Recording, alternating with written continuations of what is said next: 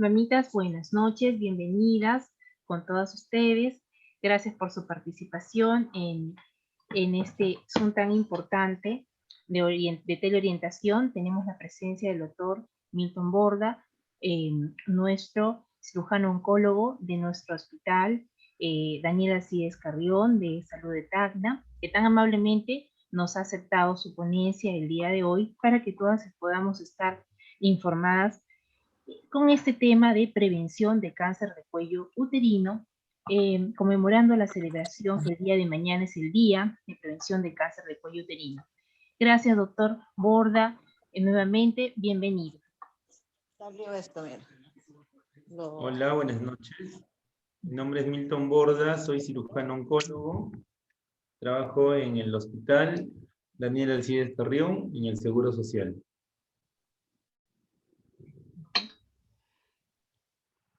Esta semana es muy importante, vamos a hablar sobre la prevención del cáncer de cuello uterino. ¿Me logran escuchar? Sí, sí lo escuchan. Las demás mamitas, ¿escuchan al doctor? Sí, se le escucha, doctor. Se escucha claramente, muy bien. Sí, Vamos doctor. entonces le voy a compartir, doctor. Un ratito le tomo la foto de los asistentes. Hasta ahorita somos 121 y empezamos a compartir las pantallas.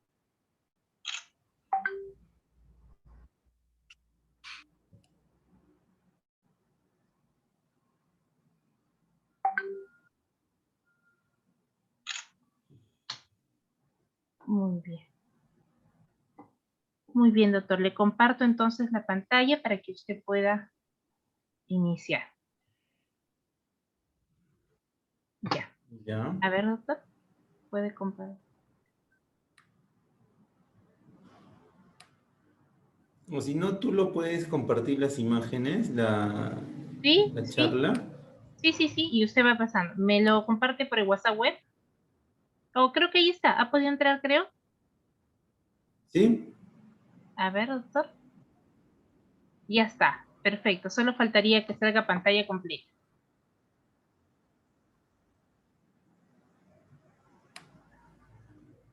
¿Ya? Ya Ahora está. sí. Perfecto. Ahora sí, doctor. Perfecto. Prendan sus camaritas, mamitas. Ya está. Pero la dirección era las... Apagamos nuestros audios y prendemos camaritas.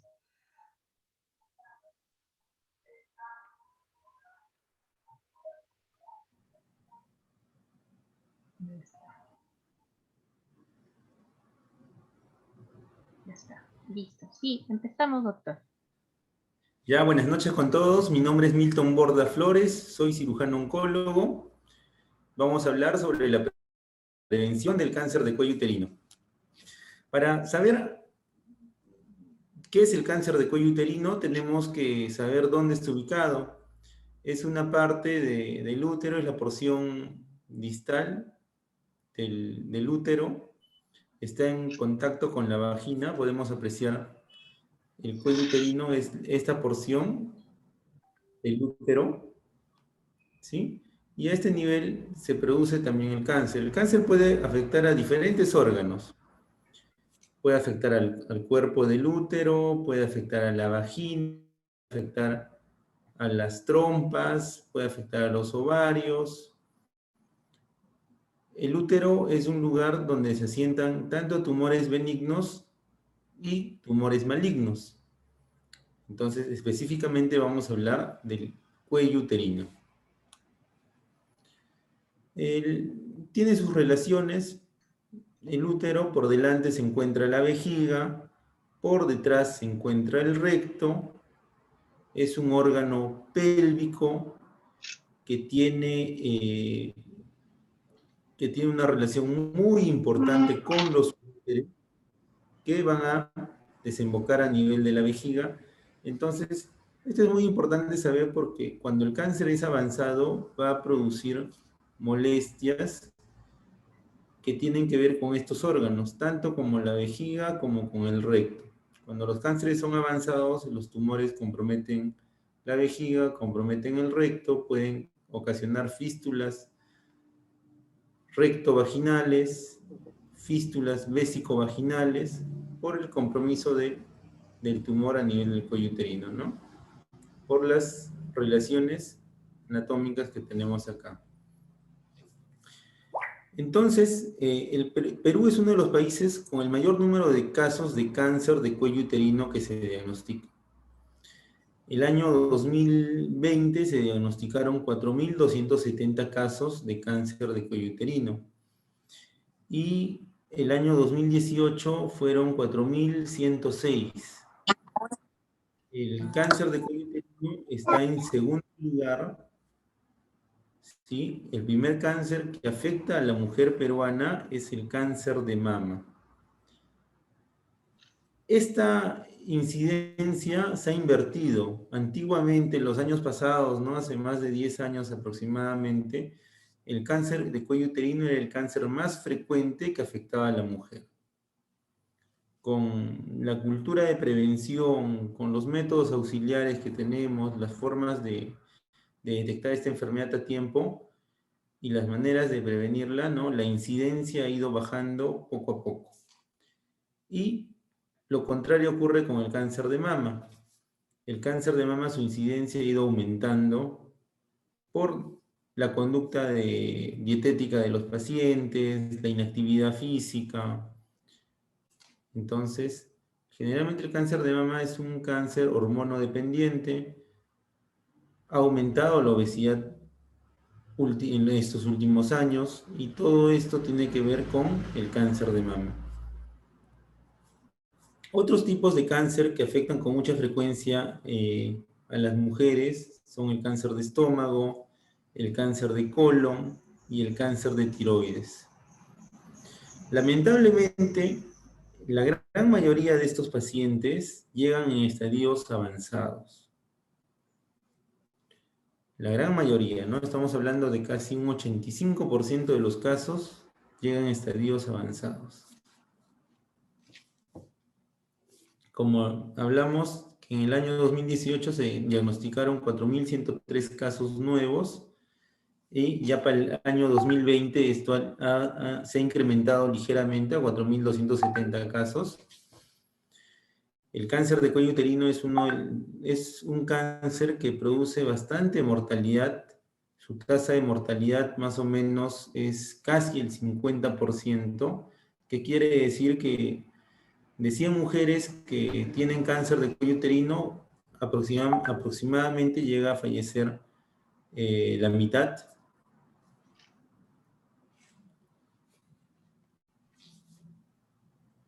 Entonces, tenemos que prevenir esta enfermedad. Es una enfermedad 100% curable, 100% prevenible.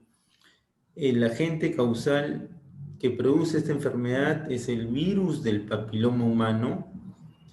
El virus es un virus que se transmite por vía sexual a través de las secreciones. Y tenemos diferentes formas de prevenir, ¿no? Tenemos la prevención primaria y tenemos la prevención secundaria. La prevención primaria es evitar que el virus evitar que el virus produzca la enfermedad. ¿Cómo podemos evitar que el virus produzca la enfermedad? 1, a través de la vacunación. 2, eliminando los factores de riesgo. ¿Cuáles son los factores de riesgo más importantes que producen el cáncer de cuello uterino? Las múltiples parejas sexuales. Mientras más parejas sexuales se tenga, más carga viral va a existir.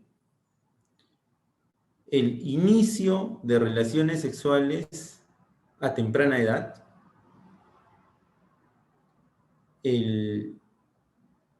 Enfermedades que nos produzcan estados de inmunodeficiencia humana.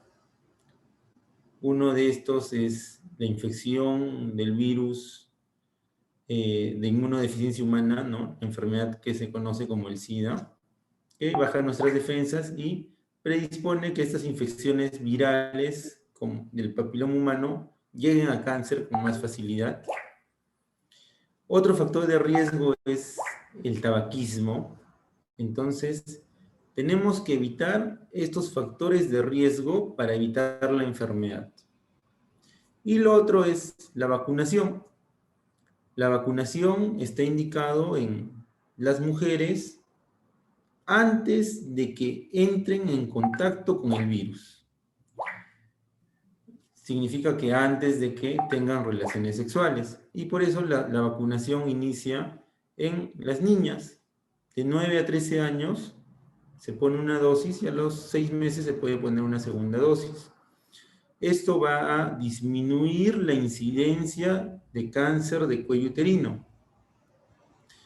No lo va a eliminar, no va a eliminar el cáncer de cuello uterino porque estas vacunas están, sobre todo, están dirigidas a las cepas que son más cancerígenas, que son el serotipo 16 y el 18, que producen casi el 70% del cáncer de cuello uterino.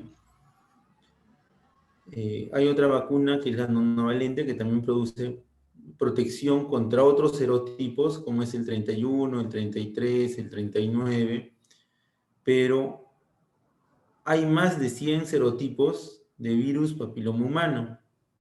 Entonces, estas vacunas nos van a proteger de un número de serotipos, más no de la totalidad de los virus del papiloma humano. Entonces, a pesar de tener la vacuna, se recomienda hacer los controles periódicos para detectar lesiones precancerosas. Esta es la historia natural de la enfermedad. Como hemos dicho, la principal causa del cáncer de cuello uterino es la infección por el virus del papiloma humano. Entonces, esta infección se hace persistente, sobre todo con los serotipos 16 y 18, que son los responsables del 70% del cáncer de cuello uterino. Si esta infección es persistente, con el pasar de los años va a evolucionar a lesiones precancerosas y con el pasar de los años estas lesiones precancerosas de alto grado van a evolucionar al cáncer de cuello uterino. Si nosotros evitamos los factores de riesgo, el mismo organismo puede llegar a eliminar la infección por el virus del papiloma humano. Si ya no se tiene múltiples parejas sexuales, se tiene solo una pareja, se tiene relaciones sexuales con métodos de barrera, se alimenta bien el paciente, descansa bien, el estado de inmunidad está en buena condición, puede lograr eliminar el virus en un promedio de 1 a 2 años. Pero cuando no logra eliminar el virus, estas infecciones se hacen persistentes y pueden desarrollar el cáncer de cuello uterino. Desde la infección hasta el cáncer de cuello uterino puede llevar en promedio de 10 a 14 años. Entonces tenemos todo ese tiempo para prevenir el cáncer de cuello uterino. Es poco frecuente que desde la infección hasta el cáncer ocurra en un periodo de 1 año. Ocurre en algunos pacientes, pero sobre todo estos pacientes tienen que tener factores de riesgo, como una infección concomitante con el VIH, un estado de inmunosupresión, alguna enfermedad autoinmune, que persista con las parejas sexuales, porque tiene más carga viral, pueden entrar otros serotipos y hacer la infección cada vez más persistente y hacer que las cancerosas evolucionen al cáncer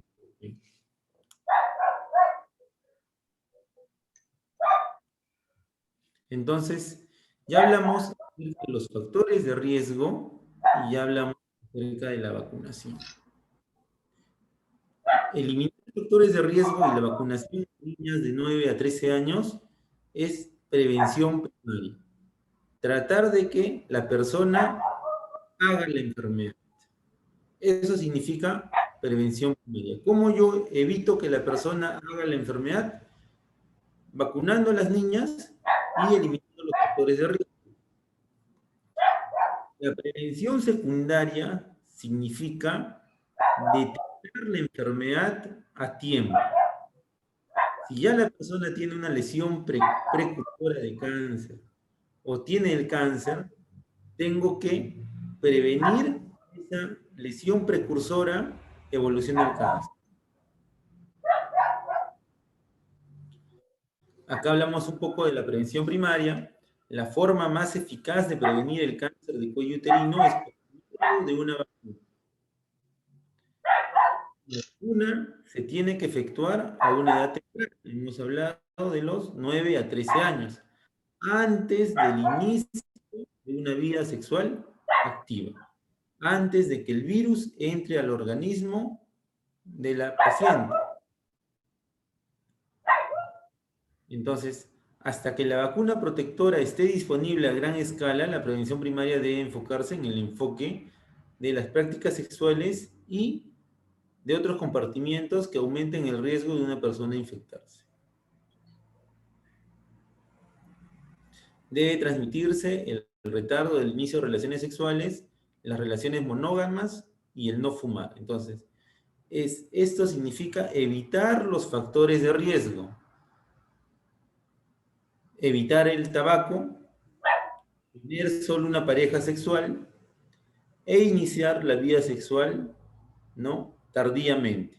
Mientras más parejas sexuales se tenga, mientras más temprano inicie la vida sexual, más riesgo de desarrollar cáncer de cuello uterino. Y la prevención secundaria, ¿no?, se debe a diagnosticar la enfermedad tempranamente.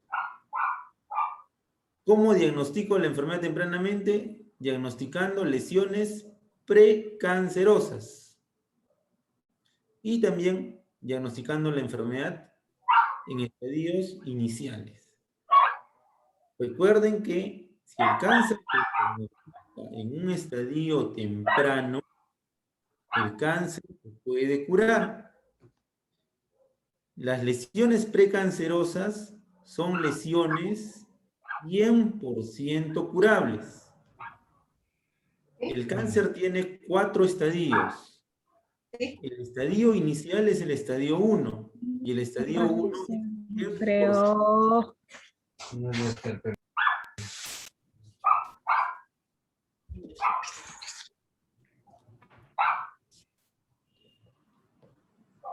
Entonces, ¿a quiénes está dirigido ese tamizaje precoz para evitar esta enfermedad? Mujeres de 25 a 54 años de edad. Idealmente, el tamizaje empieza desde que la mujer inicia la vida sexual. Si la mujer inicia la vida sexual a los 20 años, el tamizaje ya comienza a los 21 años. Inicia a los 17 años y el tamizaje inicia a los 18 años. Entonces, tenemos que tamizar a todas estas personas.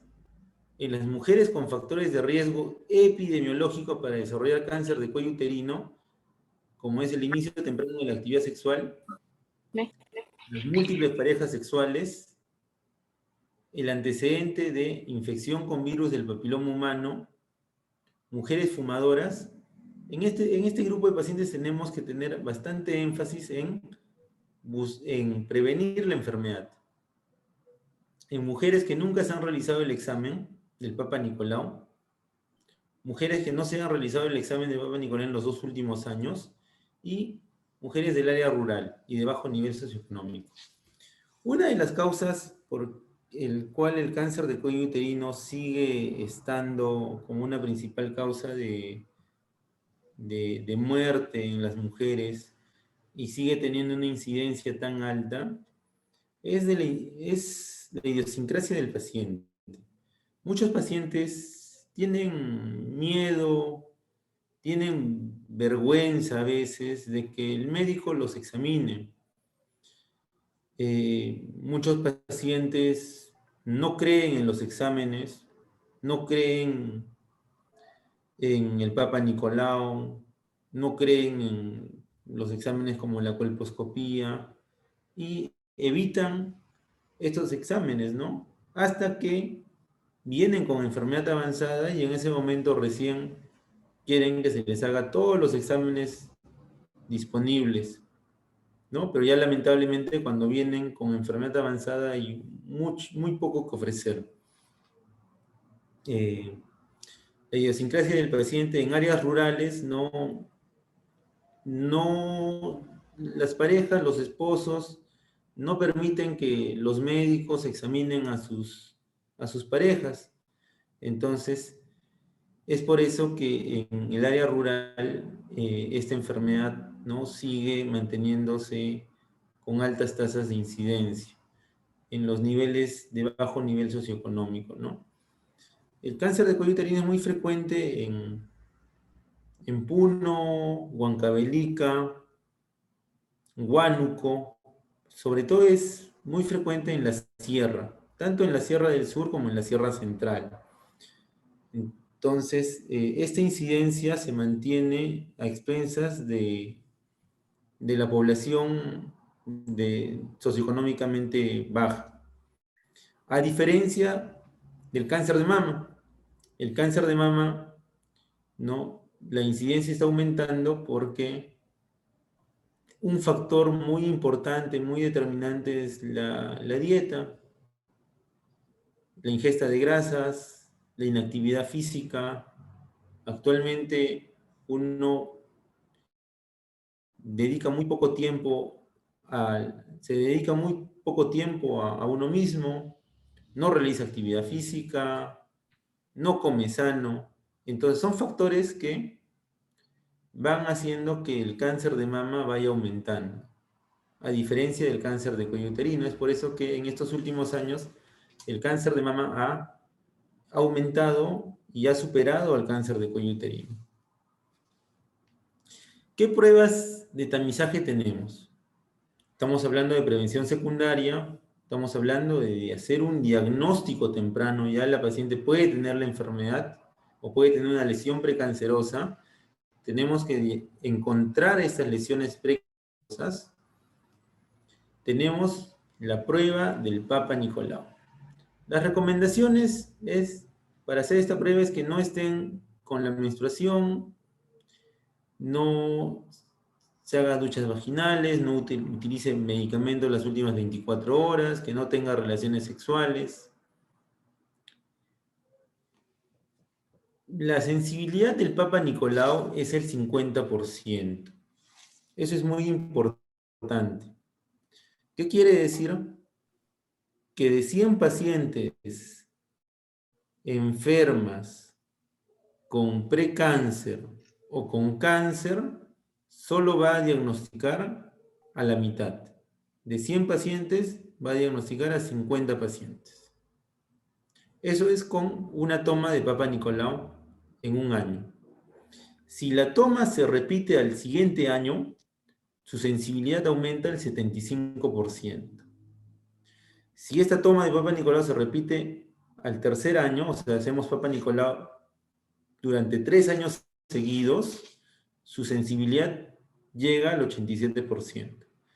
Quiere decir que luego de habernos tomado 3 Papa Nicolau consecutivos, va a detectar casi el 90% de pacientes enfermas, ya sea con precáncer o con cáncer. Pero todavía se le está escapando casi un 10%, casi un 12%. Ese es el motivo por el cual muchos pacientes llegan a la consulta con enfermedad avanzada y nos comunican a nosotros, nos dicen: doctor, yo me hago todos los años mi Papa Nicolau y a pesar de haberme hecho todos los años mi Papa Nicolau, usted me dice que tengo enfermedad avanzada. ¿Cómo es posible que tenga un cáncer avanzado si yo voy a mis controles todos los años? Y me dicen que en mi resultado de Papa Nicolau que no hay nada malo. ¿Cómo es posible que ahora tenga cáncer y cáncer avanzado? Entonces, eso tiene que ver con la sensibilidad del Papa Nicolau. Entonces, su sensibilidad es baja. Su sensibilidad es 50%. ¿Sí? De 100 personas con precáncer o cáncer, solo detecta la mitad al primer año, al 75% al segundo año y al 87% al tercer año. Eso es con el Papa Nicolau. Es por eso que ahora también se usa la inspección visual con el ácido acético. Aumenta la sensibilidad para detectar lesiones precancerosas, pero disminuye la especificidad. Entonces, nos puede hacer sospechar de más pacientes que tienen una lesión precancerosa o un cáncer, pero es menos específico. Entonces, durante la aplicación de esta prueba se usa el ácido acético, que es el vinagre. Se coloca este ácido acético en la superficie del cuello uterino y esperamos un minuto para ver si hay algunos cambios en el epitelio. Si hay cambios en el epitelio, este epitelio se tiñe de blanco y nos puede hacer presumir que estamos frente a una lesión precancerosa. Entonces, la inspección visual con el ácido acético puede utilizarse en entornos de bajos recursos. Puede identificar la mayoría de lesiones precancerosas. Hemos dicho que su sensibilidad es muy alta. Es no invasiva, lo pueden hacer en el primer nivel de atención. Es fácil de realizar y es barato. Puede realizarse por todos los niveles de personal de salud en casi cualquier ámbito. Los resultados son inmediatos y sirven para la toma de decisiones respecto al tratamiento. Entonces, actualmente estos pacientes con IVA positivo están siendo derivados a un área de ginecología o oncología para hacer el estudio correspondiente, que es la colposcopía. La prueba de tamizaje se puede realizar en cualquier momento del ciclo menstrual, incluso durante la menstruación, puede hacerse durante el embarazo y también un control posparto o posaborto. Entonces, esa es la inspección visual con el ácido acético. Y finalmente vamos con la colposcopía. La colposcopía es una técnica basada en la exploración magnificada del cuello uterino, ¿no? Nosotros a través de una camarita, de un microscopio, hacemos que la imagen aumente del cuello. Esto se ve reflejado en el computador y vemos si es una lesión precursora o no. Si nos impresiona una lesión precursora, procedemos a tomar la biopsia y de acuerdo al resultado de la biopsia haremos el tratamiento. Entonces, la sensibilidad del Papa Nicolau de la citología convencional es, en promedio, el 50%. La sensibilidad del IVA llega al 80%. Es más sensible que el Papa Nicolau, pero es menos específica que el Papa Nicolau. Y finalmente tenemos los test moleculares del PBH, donde buscamos el ADN del virus. Estas pruebas también las tenemos acá en Tacna. Su sensibilidad prácticamente te llega al 100% y su especificidad al 96%. No están disponibles para toda la población porque es un examen más costoso, pero es el gol estándar para el tamizaje del cáncer de cuello uterino.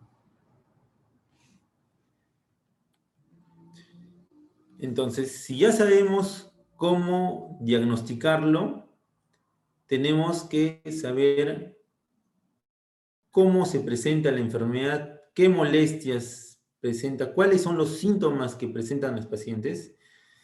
Generalmente estos pacientes, cuando son lesiones precancerosas o cáncer en estadio 1, no producen molestias.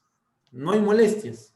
Y por lo tanto, el paciente no acude al médico. Si no tiene molestias, el paciente no va al médico sencillamente. Cuando la enfermedad se manifiesta, el primer signo que puede presentar es el sangrado postcoital. Significa que la paciente presenta sangrado vaginal, ya sea en gotas o sangrado profuso, tras las relaciones sexuales. Otros signos son el flujo vaginal maloliente, el dolor pélvico, la hinchazón de las extremidades inferiores, que son los edemas, molestias urinarias, estreñimiento, pero ya cuando estamos con estas molestias ya estamos hablando de enfermedad avanzada. Las lesiones precancerosas no producen síntomas. El primer signo más alarmante que nos manifiesta la enfermedad es el sangrado poscoital. Otro signo, el flujo vaginal maloliente, ¿no? Los pacientes dicen que tienen una secreción, como el lavado de carne a veces, que tiene un olor fétido. Entonces, cuando estamos con estas molestias y estamos con pacientes con enfermedad en estadios más avanzados. El cáncer en etapa 1 se puede curar a través de cirugía. Se puede practicar una conización, se puede practicar una histerectomía simple y se puede practicar una histerectomía radical. Eso va a depender del estadio en el cual está el cáncer. El cáncer tiene estadios donde la enfermedad es microscópica, donde no hay tumor evidente, pero a través de los exámenes como la colposcopía y la biopsia hemos determinado que la paciente tiene cáncer. Entonces, a través de tratamientos aún conservadores se cura la enfermedad, ya sea una conización o una histerectomía simple. Ya cuando estamos frente a un tumor evidente, donde la enfermedad es un estadio un poquito más avanzado, un estadio 1B1 o 1B2, se puede curar con una histerectomía radical. Es sacar el útero de una manera radical, acompañado de los ganglios linfáticos donde va la enfermedad. Ya lamentablemente cuando la enfermedad avanza, ya es un estadio 2, un estadio 3, significa que el tumor ya no está limitado a nivel del cuello uterino, ya el tumor ha invadido otras estructuras vecinas como la vagina, como los parametrios, como los uréteres. Ya el cáncer está en un estadio más avanzado, ya la cirugía ya no está indicada. Y en estos pacientes usamos la quimio-radioterapia. Ya la tasa de curación ya no es alta como la cirugía, ya disminuye la expectativa de curación, pero es el único tratamiento que está disponible a la fecha. Ya cuando la enfermedad es mucho más avanzada, estamos hablando de estadios 4, ya cuando la enfermedad se ha ido a otros órganos, como los pulmones, como el hígado, ya el tratamiento es la quimioterapia a título paliativo. Entonces, Doctor, disculpe, una doctor, enfermedad que le pudo interrumpa. haberse curado a tiempo, ¿no? Si no se da un diagnóstico temprano y un tratamiento, va a llegar a estadios avanzados donde va a producir la muerte del paciente. Recuerden, prevenir es mejor que curar. ¿Cómo se previene? A través de la detección temprana de la enfermedad, a través del Papa Nicolau y el examen y la colposcopía. ¿Alguna pregunta ahí? Doctor, disculpe, seguro en cualquier momento ahorita se acaba porque ya falta, creo, casi un minuto. ¿Ya? Tenemos el otro Zoom, hay un Zoom, amitas, que ya les he pasado, que es para continuación, para sus preguntas, inquietudes, ¿no? Que puedan tener con el doctor. Así que si se acaba, ya les mandé al WhatsApp para que puedan ingresar al siguiente Zoom. Doctor. Entonces, la ronda de preguntas. Doctor, buenas ¿Alguna noches. duda que tuvieran? Doctor, buenas noches. Buenas noches. ¿Cada cuánto tiempo se debe hacer uno la colposcopía? ¿Cómo? ¿Cada cuánto tiempo se debe hacer una mujer la colposcopía, la prueba? O sea, ¿cada cuántos años? ¿O todos La los años? indicación de la colposcopía es tener un Papa Nicolau alterado o tener el IVA positivo. Pero esto es para disminuir los costos del examen, porque es un examen más especializado. Entonces, si se tiene a la mano al personal, ¿no?, médico o al personal capacitado, se debería hacer la colposcopía para prevenir el cáncer de cuello uterino, que es mucho mejor que la inspección visual del ácido acético. Se debería hacer una vez al año, ¿no? Ah, ya, una vez al año. Ah, ya. Gracias. Yo creo que pasamos con el siguiente. El siguiente Zoom para que no se corte la No se corta. respuesta. ¿Ya? Ujú.